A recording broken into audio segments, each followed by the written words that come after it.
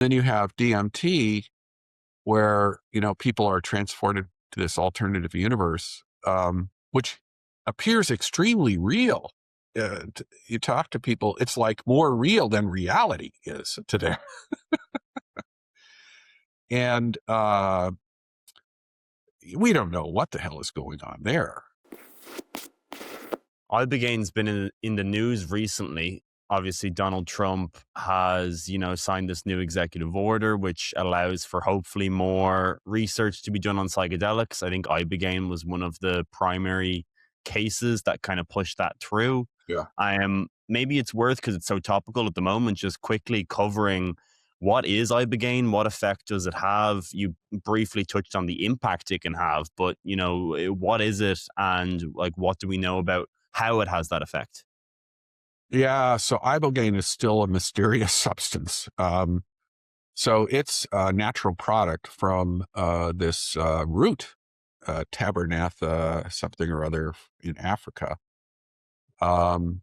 which was used for indigenous peoples for healing, basically shamanism, healing purposes. And this guy, I think Leonard Lazoff or something, who was a heroin addict, chanced upon Ibogaine, I think in the 60s or something. And, after he had his Ibogaine experience, he was no longer a heroin addict. Yeah. And that has occurred for, as I understand, for many, many people. So Ibogaine is, we would not technically call it a psychedelic. I tend to reserve those terms for drugs that are 5-HT2A agonists and have an LSD-like effect in humans. So Ibogaine is a hallucinogen, and technically, and it's in a class of drugs we call oneirogens, which induce a dreamlike state. So they include drugs like salvinorin A, which is a kappa agonist, and Ibogaine. And Ibogaine is a kappa agonist. And I'm pretty sure that, many of the quote unquote psychedelic actions are due to the kappa agonism. It also has effects on nicotinic receptors and the serotonin transporter. But even though we know those things about Ibogaine, I'm still not convinced that we found the mechanism by which Ibogaine induces its effect.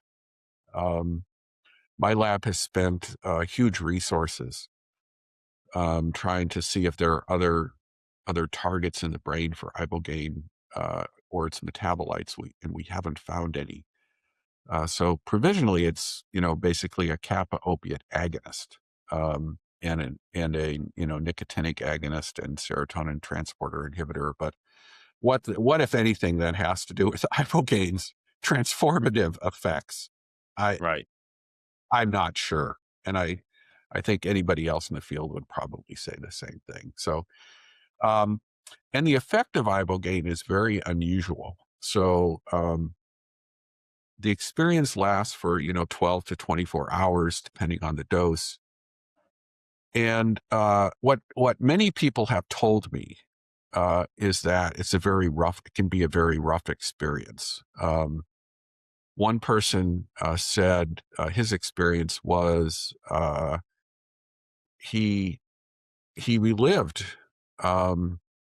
times in his life where he had caused pain to other individuals, and he experienced that from their perspective. And it went on for an eternity, basically.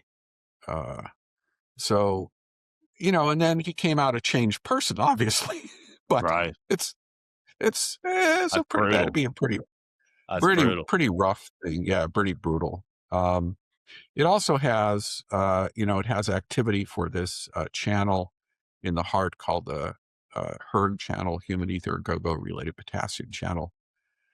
And because of that, can cause fatal arrhythmias. So that's, I don't think anybody recommends anybody take Ibogaine recreationally, because there is this risk of a fatal arrhythmia.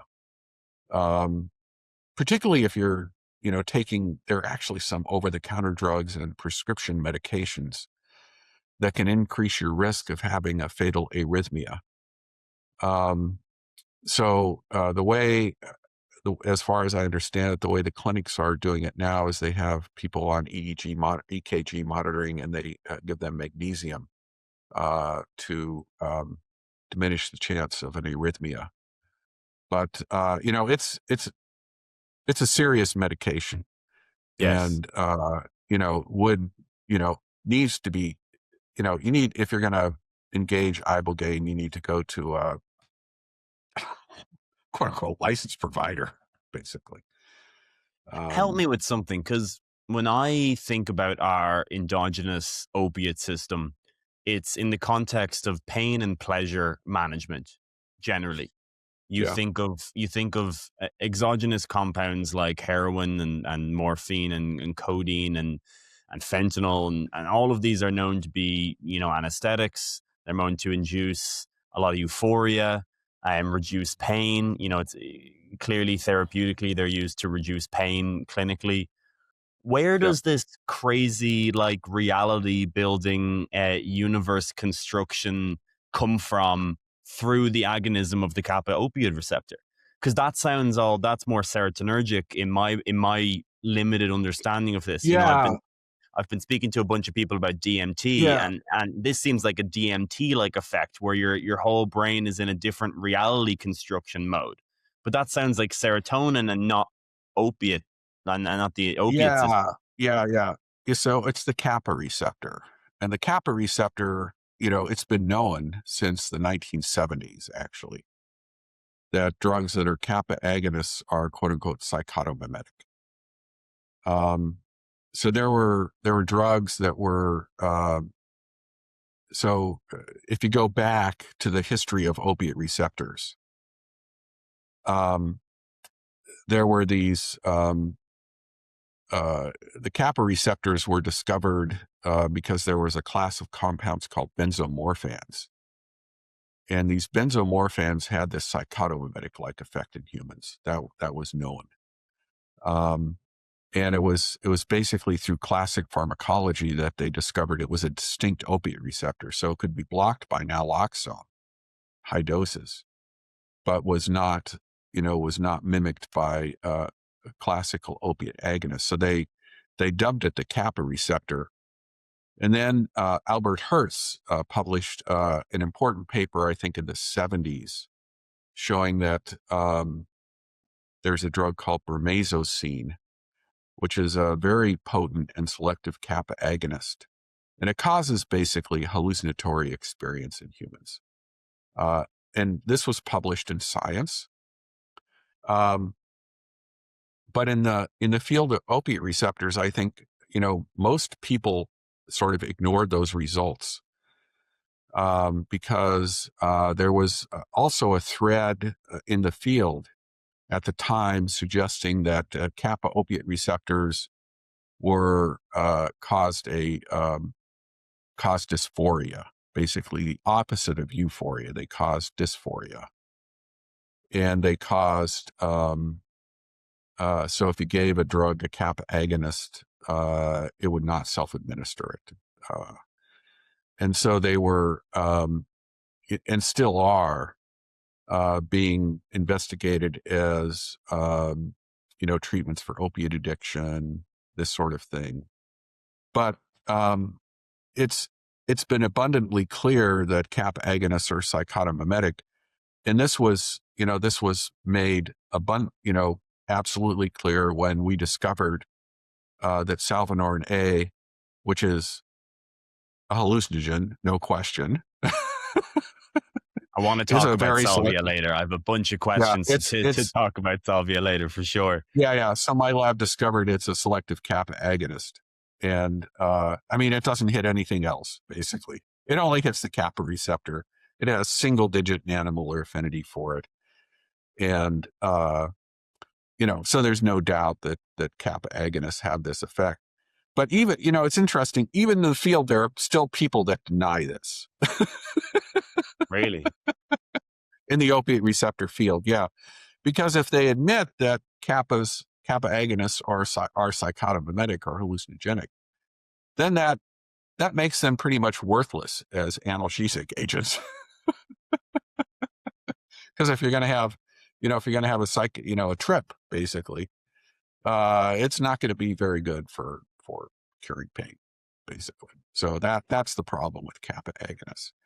And the kappa receptor actually is found in many of the same brain regions as the 5-HT2A receptor, particularly in the claustrum. So the You claustrum perfectly is the preempted that area that, question. That is the exact you question that I know, wanted to ask you. yeah, Exact question. yeah, yeah. Talk about that. I want to know about the kappa opioid receptor distribution, because I was thinking, where exactly are they that they're doing this bizarre, again, world building, reality shifting DMT level stuff? Yeah, it's the claustrum. So, and 5-HT2A receptors are really high in the claustrum as well. And, the claustrum has long been thought to be a hub, basically, for perception. Crick, the famous scientist who solved the structure of DNA, later in his life actually allegedly experimented with LSD and then got interested in the problem of consciousness. And he always proposed that this region of the brain was essential for how we view reality. Um, so and still there are lots and lots of people interested in that particular area. So So do you think that what this is showing is that there's multiple sort of entry points into a similar underlying neural infrastructure? Like if something like LSD or psilocybin is binding to a 5-HT2A receptor in the claustrum, and Salvia or Ibogaine is binding to a kappa opioid receptor in the claustrum, are they doing under the hood sort of similar signaling cascades? Are you going to get a similar chemical effect but we after that? don't we Yeah, don't know actually. yeah, um, yeah. so the experience is different, right? So if you talk to, people, I've done these studies where they, give Ibogaine to somebody who has experienced LSD, and they'll say it's not like LSD, basically. So the experience is different. But it alters how we perceive reality, right? So there must be something similar that's going on. My sense, I'll just give you my sense of how all these drugs work, is that if we just talk about psychedelics first, classical psychedelics, so they're mainly on these layer 5 pyramidal neurons in the cortex and neurons in the claustrum.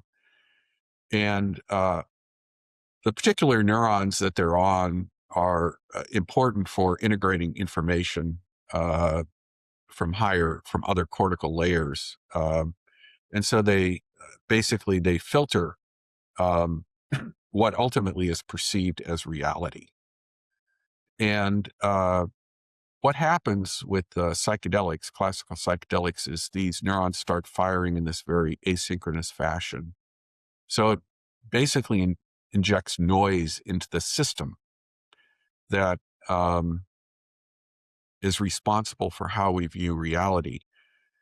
And then basically the brain starts constructing experiences that the awareness attends to, basically, and that's a psychedelic experience. So it's basically noise, and then there are these internal. Um, so the awareness can no longer rely on what's coming in from the senses, and now is attuned to what's being internally generated. And these internally generated images and experiences are the psychedelic experience. How kappa receptors do that as well, I think is still unknown. Yeah. And then there are drugs like ketamine, which also could cause this sort of somewhat like psychedelic experience. Those also regulate those same neurons, those same layer 5 neurons. And then drugs like scopolamine or belladonna, the muscarinic antagonist, can also cause this sort of dreamlike or hallucinatory state. And they're also in that system as well. So I think once we basically alter the inputs or how that system is at homeostasis, then that's when the psychedelic experience or hallucinatory experience or something like that occurs. Yeah. So the thing, so that's what I think is going on. To at least to some extent, the thing that is quite puzzling for me, though, and remains puzzling, is the experience, particularly with psychedelics, is endowed with meaning, right? So people that take a psychedelic drug, frequently they'll tell you it was one of the top, 3 or 4 experiences in their life, right? So it has this incredible significance. And in neuroscience, we call this salience, okay? And if you talk to a neuroscientist who studies salience, they will say it has everything to do with norepinephrine, okay, not serotonin, okay? And these drugs do not affect the norepinephrine system at all. So there's something going on there. MDMA also can cause us these very memorable experiences. And so there's something else going on that nobody really has a handle on. Right. And then there's the whole problem with DMT and 5-methoxy-DMT. Okay, these really I call them avant-garde psychedelics. Okay, so 5-methoxy-DMT, sometimes people don't even have an experience, right? Their experience is no experience, right? They don't experience anything. They basically experience nothing. And then they're better. And then you have DMT, where people are transported to this alternative universe, which appears extremely real. You talk to people, it's like more real than reality is to them. And we don't know what the hell is going on there.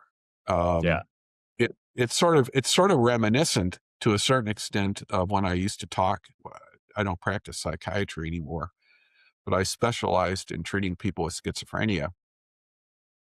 And it's the same sort of thing with people with schizophrenia. When you talk to them about their delusions and hallucinations, those delusions and hallucinations are more real to them than reality is to you. Okay. There's no way you can convince them that that's not real.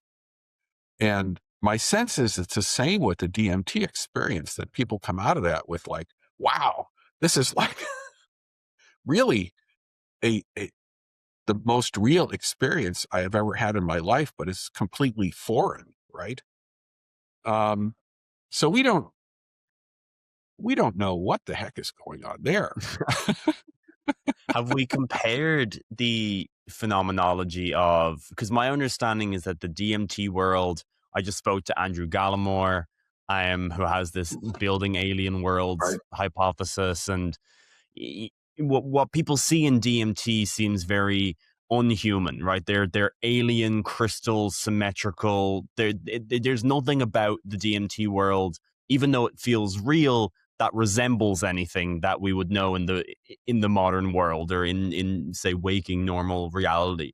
But am I right in saying that in Salvia and Ibogaine, it's an alternate world, but it's a lot more rooted in their own life? That you hear about experiences of people living other people's Yeah. conscious Well, experiences. It's less alien, yeah, maybe. Would that be it's accurate? less. So the salvia experiences can be really bizarre, from what I've heard. So there's this famous one where this person became plaid on a wall, basically. This plaid sort of pattern. He became plaid on a wall. So that's like a pretty, but it wasn't like an alien plaid. Okay. Right. It's still, it's ultraly bizarre, but still sort of grounded in a normal sense of reality. Like as I was looking at Salvia experiences today, and apparently, people being folded into inanimate objects is a thing. People Yeah. experiencing people. I gotta know what that sentence means, but it's amusing to me. Yeah. Yeah. And like people experiencing their lives through pages like flicking in a book, or people waking up and then having this entire other consciousness that they lived for like years, and then grieving their family that they had while in this salvia experience. Like, Yeah. what on earth is happening there? Like, that's just Yeah. totally, utterly bizarre, isn't it? Yeah. It's really bizarre. Yeah. Yeah. Yeah. Yeah. Yeah. Yeah. And, it's really bizarre. The Giant Shoulder mission is to explore radical ideas in biology, neuroscience, and consciousness, and elevate those stories to the highest possible level while keeping them accessible to everyone. If this interests you and you want to support independent science, then please consider subscribing to the Clips channel